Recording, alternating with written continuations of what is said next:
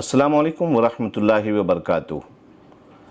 آپ کی مسجد، آپ کا مدرسہ یا آپ کا قبرستان، اگر اس کے تحفظ کا معاملہ صرف ایک جج کے یس یا نو پر ہو تو کیا آپ اسے آزادی کہیں گے؟ وقف امینڈمنٹ بل 2025 صرف ایک قانون نہیں ہے بلکہ کانسٹیٹیوشن آف انڈیا سے ڈائریکٹ ٹکراؤ ہے۔ حضرات، میں ہوں آپ کا بھائی سبطین عرف زیدی ہندوستانی، اور اس ڈسکشن کے چوتھے ایپیسوڈ میں آپ کے ساتھ حاضر ہوں۔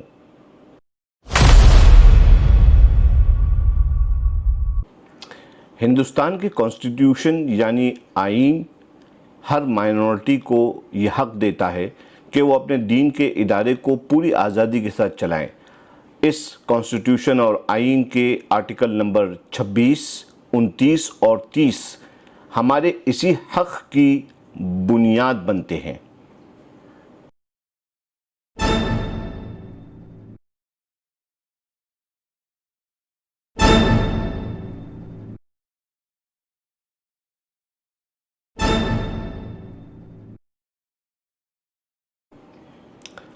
وقف کوئی عام ٹرسٹ نہیں ہے بلکہ یہ ایک مذہب کی امانت ہے، اور اس بات کو سپریم کورٹ نے بھی مانا ہے کہ وقف ایک ریلیجس ٹرسٹ کی حیثیت رکھتا ہے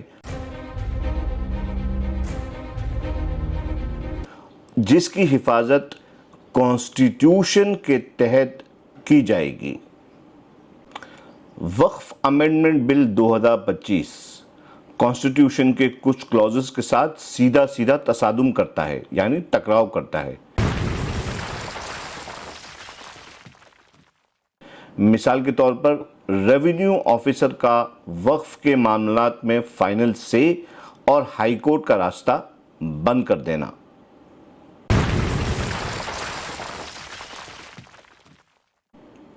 یہ ہمارے کانسٹیٹیوشن کے آرٹیکل 26B کے صاف خلاف ورزی کر رہا ہے،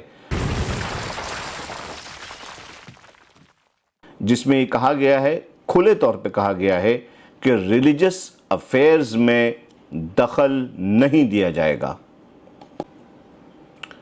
کیا آپ کے وقف کے زمین کا فیصلہ آپ نہیں کریں، سرکاری دفتر کرے، تو سوال یہ اٹھتا ہے، کیا کانسٹیٹیوشن میں لکھی ہوئی باتیں صرف کتابی رہ گئی ہیں؟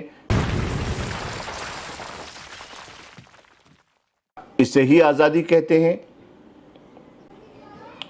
یہ وقت ہے جاگنے کا۔ ہمارے مذہبی نہیں بلکہ ہمارے کانسٹیٹیوشنل رائٹس بھی اس وقت داؤ پر ہیں۔ اگر ہم نے اب بھی اپنے معاملات کو صحیح طریقے سے نہیں جانا، اپنے کانسٹیٹیوشنل رائٹس کو صحیح طریقے سے نہیں پہچانا، تو ہو سکتا ہے کہ اگلے 10 سالوں میں صرف اپنے وقف سے ہی نہیں، ہم اپنے وجود کو بھی کھو ڈالیں گے۔ اس ویڈیو کو شیئر کیجئے، لوگوں تک پہنچائیے۔ اگلے ایپیسوڈ میں یعنی ایپیسوڈ نمبر 5 میں ہم دیکھیں گے کہ وقف امینڈمنٹ بل 2025 اور ووٹ بینک کے درمیان کیا رشتہ ہے۔ والسلام، مع الاحترام۔